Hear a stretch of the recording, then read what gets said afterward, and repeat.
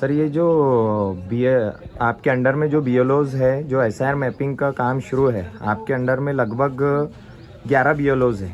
और जहाँ तक हमको अभी पता चला कि सबसे ज़्यादा जो काम है, जो सुपरवाइज़र है उनके अंडर में जो बीएलओज है, सबसे ज़्यादा परसेंटेज जो बीएलओ का है वो आपका ही है। जी और आपका नाम चर्चा में चल रहा है कि आप बहुत ज़्यादा एक्टिव रह के इन सब बीएलओ से आपने बहुत अच्छे तरीके से काम लिए। तो इसके बारे में आप क्या बोलना चाहेंगे? जी जी कितना परसेंटेज काम हुआ और कितना बाकी है? क्योंकि आज की 31 मार्च डेट है और लोगों में एक भ्रम फैल रहा है कि आज की आखिरी डेट है। तो इसके बारे में भी आप क्या बताना चाहेंगे? जी हाँ। जिस तरह से देखिए शादान सर, हम पिछले काफ़ी 1-1.5 महीने से ये जो निवडणूक अधिकारी के ओर से हमको जो ऑर्डर मिले, मैं पर्यवेक्षक हूँ और मेरे अंडर में तकरीबन 10 to 11 BLOs काम कर रहे हैं। इसके ताल्लुक से मैंने ऐसा किया हो कि मैं जो स्कूल में मैं काम करता हूँ वहाँ पर ही मैंने एक कैंप जैसा भरा रखा हूँ। जैसा 20 रोज से लगातार हमारे BLOs यहाँ पर हाजी उस्मान PM श्री हाजी उस्मान डोंगरे स्कूल में बैठकर काम कर रहे हैं। उसके अलावा हमारे मुजाहिद खान सर है और कुछ BLOs ने ऐसा किए है कि एक बैनर भी बनाए हैं जिसको इकबाल चौक में लगाया गया है।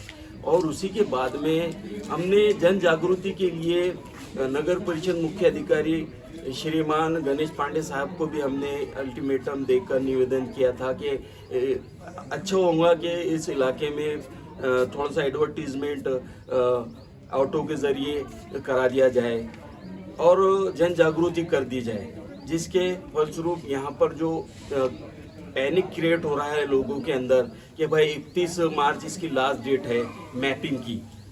31 मार्च मैपिंग की लास्ट डेट डिक्लेयर किए थे हमारे SDO साहब ने, पाटिल साहब ने, लेकिन ये मैपिंग भी चलता रहेगा। इसके बाद जो SIR एक्चुअल जो काम है वो शुरू होने वाला है, जिसकी वजह से लोगों को ऐसा लग रहा है कि इसके बाद मैपिंग बंद हो जाएंगी। ऐसा नहीं है, मैपिंग का काम भी शुरू होगा, लेकिन BLOs के काम यहाँ पर और सुपरवाइज़र के काम यहाँ पर बढ़ जाने वाले हैं और लोगों की जिम्मेदारियाँ भी बढ़ जाने वाली है।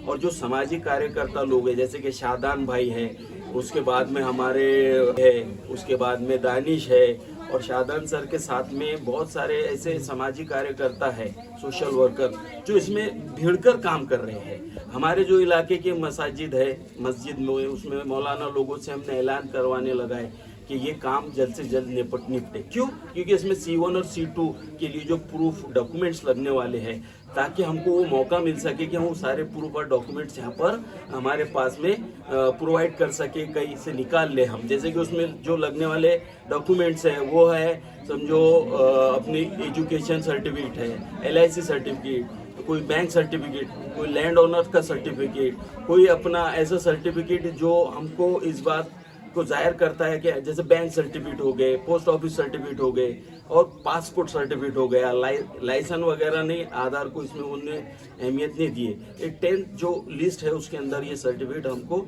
यहाँ रखना है। कुछ लोग बाहर से आए हुए हैं जिनके पास ये सर्टिफिकेट नहीं मिल सकते, तो उनको अलर्ट करने के लिए ये काम चल रहा है।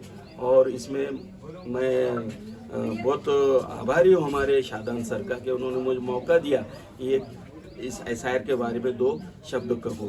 सर उसमें एक सवाल ये है कि अभी लोगों में ये भ्रम है कि जिनका 2002 की यादी में नाम नहीं मिल रहा, जी, जिनका 2002 की यादी में नाम नहीं है, 2024 की यादी में नाम आ रहा है, वो लोग बहुत ज़्यादा पैनिक हो रहे हैं, परेशान हो रहे हैं और घबरा रहे हैं। तो इनकी आपकी क्या प्रोटोकॉल गाइडलाइंस है कि अगर चाहे 2002 में नहीं मिलता, जी, जी, 24 में है, पर उनके पास में जो आपके दिए गए गाइडलाइन के हिसाब से जो 11-12 डॉक्यूमेंट है, उसमें से अगर कोई डॉक्यूमेंट रहता है तो वो परेशान ना हो, इसके बारे में आप कुछ?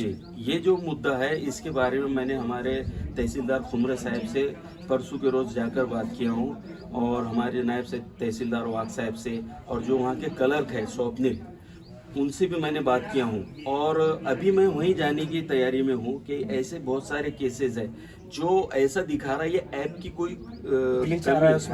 ऐप का कोई प्रॉब्लम है और कई ऐसे डॉक्यूमेंट्स भी है जो किसी का एपिक आ रहा है उसमें नो डाटा फाउंड दिखा रहा है। तो ऐसे जो ऐसे फॉल्ट आ रहे हैं तो ये ऐप का फॉल्ट है और ये जो 2002 की बात है ये बड़ी बात है। तो ये मुद्दे को उठाकर मैं अभी तहसील में जा रहा हूँ कि ये लोग यहीं के रहने वाले हैं, इनके भाई है, माँ बाप के नाम है और इनके नाम, जबकि उनके इपिक इनके पास तकरीबन 3 से 4-5 प्रूफ है, के है, लेकिन फिर भी वो दिखा रहा नहीं है। तो उसका मसला ये जो है उसका हल के लिए मैं वहाँ जा रहा हूँ सर, इंशाल्लाह इसका हल हो जाएगा।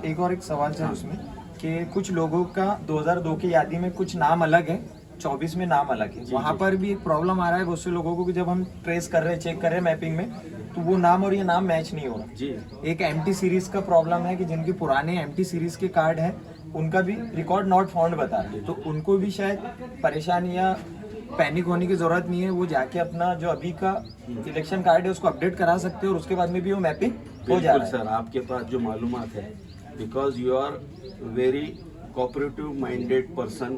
I have been watching for you last 1 month. You are doing a fabulous job for the social workers, and you have been committed the social areas public in your medical, and you have been giving very full response to him and giving them full help according to you.